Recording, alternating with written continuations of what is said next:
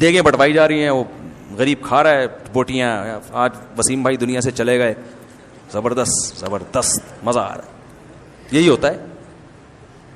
یہ دیگیں ویگیں نہیں, میت دیگیں جو ہے یہ ولیمہ ہے, ولیمے پہ میت پہ کھانا کھلانا یہ حدیث سے ثابت نہیں ہے. صدقہ جاریہ میں صدقہ کرو, چپکے سے کسی غریب کو پیسے دے دو, یہ نہ بتاؤ کہ میرے ابا مرے اس لیے دے رہا ہوں.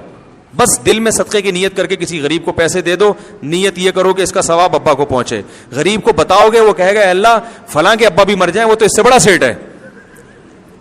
کھلانا, ہدیے دینا یہ خوشیوں کی سنت ہے, یہ میتوں پہ سوٹ نہیں. مذہب کو بدنام کر رہے ہیں ہم لوگ. غیر مسلم بولے گا یار تمہارے بیٹے کی شادی تھی تو بھی وہی مرغا پکایا تھا, ابا کا انتقال ہوا تو بھی وہی مرغا. میں اس پر ایک دلچسپ لطیفہ سنا دوں پھر بیان ختم کرتا ہوں. ایک آدمی جو تھا نا, اس نے کہیں ہمارے بیان سنے ہوں گے یا علماء کے بیان سنیں گے, اس نے تہیہ کر لیا, اس کے والد کا انتقال ہوا, اس نے تہیہ کر لیا کہ میں دیگے نہیں پکاؤں گا, نہیں کھلاؤں گا, میرے ابا دنیا سے چلے گئے, بس میں روؤں گا, اللہ سے مغفرت کی دعا مانگوں گا, حسب توفیق کہیں صدقہ خیرات کر دوں گا, یہ دیگے شیگے میں نہیں پکاؤں گا. تو لوگ کہاں چھوڑتے ہیں, لوگ کہاں چھوڑتے ہیں. لوگوں نے اس کو تنگ کرنا شروع کر دیا, مر گیا مردود, نہ فاتحہ نہ درود, وہابڑا ہیں, یہ ہیں وہابڑے خشکے, تیرے باپ نے تیرے لیے کیا کیا تھا دنیا میں, تو اس کے لیے 6 دیگے نہیں پکا سکتا.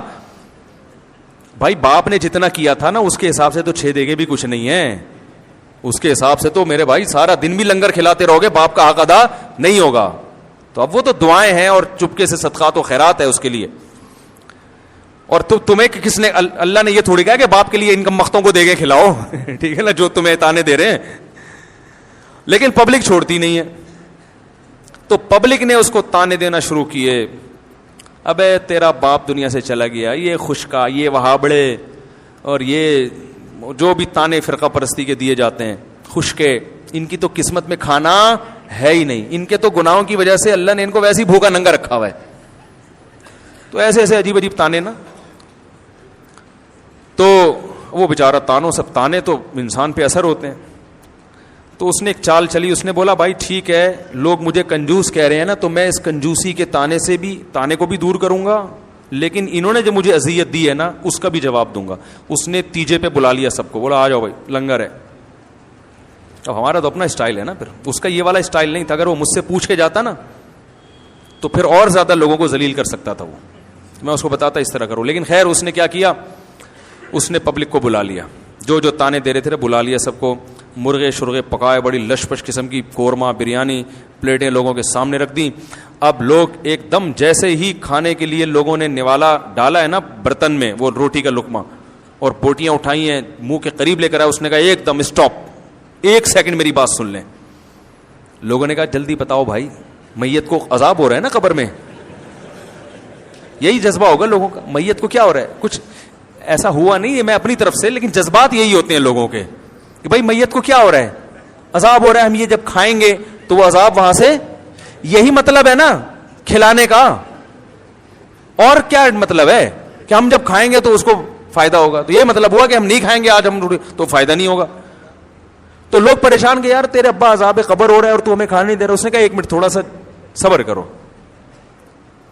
لوگوں نے کہا کیا کہہ رہے ہیں بھائی, مسئلہ یہ ہے کہ دیکھو میرے باپ کا انتقال ہو گیا, باپ سے کس کو محبت نہیں ہوتی, تو میرے منہ میں تو دال کا نوالا نہیں اتر رہا غم سے. جس کی میت ہوتی ہے نا بیچارہ دال نہیں کھا سکتا, میرے منہ میں تو دال کا نوالا نہیں اتر رہا غم سے, میری یہ شدت ہے. اور تم کمبختو میرے گھر میں مرغے کھانے کے لیے آ گئے ہو, تمہیں شرم نہیں آتی, چلو بسم اللہ کرو, چلو کھاؤ کھاؤ.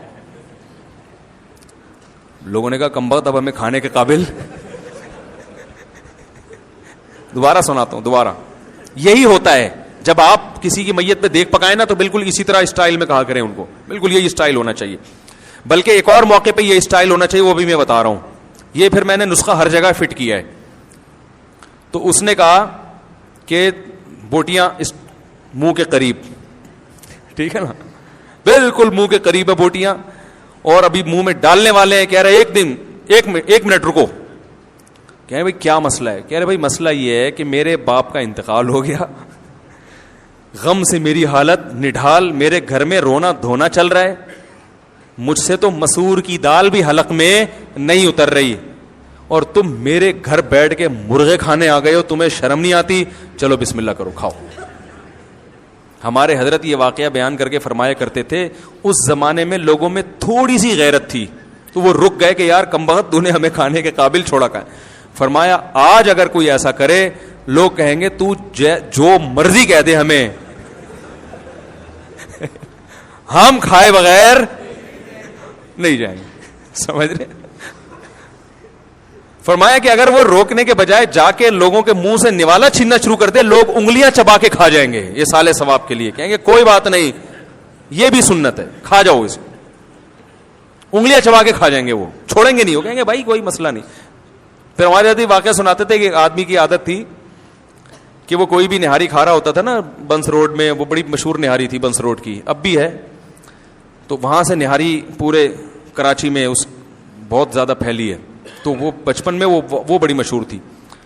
تو حضرت فرماتے تھے جو بھی نہاری کھا رہا ہوتا تھا, ایک بندہ جاتا تھا, اس کو تھوڑا سا نا وہاں ساتھ بیٹھ کے تھوڑا سا اس کی پلیٹ میں نیمبو ڈال دیا, اپنی طرف سے لیمو. تو انسان پھر اب آپ نے کسی کا اکرام کیا ہو, تھوڑا سا نیمبو نچوڑ دیا ہو, تو اگلا پھر مروت میں آتا ہے, وہ کہتا ہے چلیں جی بسم اللہ کریں, آپ بھی کھا لیں. تو کہتے چلو میں نے نیمبو بھی ڈال دیا تو میں بھی کھا لیتا ہوں.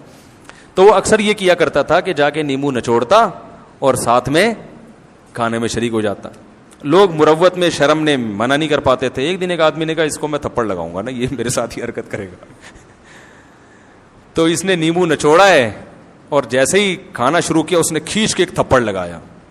تو یہ کہتے ہیں میری ماں بھی مجھے ایسی تھپڑ مار مار کے کھلایا کرتی تھی, کوئی بات نہیں اور مار, ٹھیک ہے نا.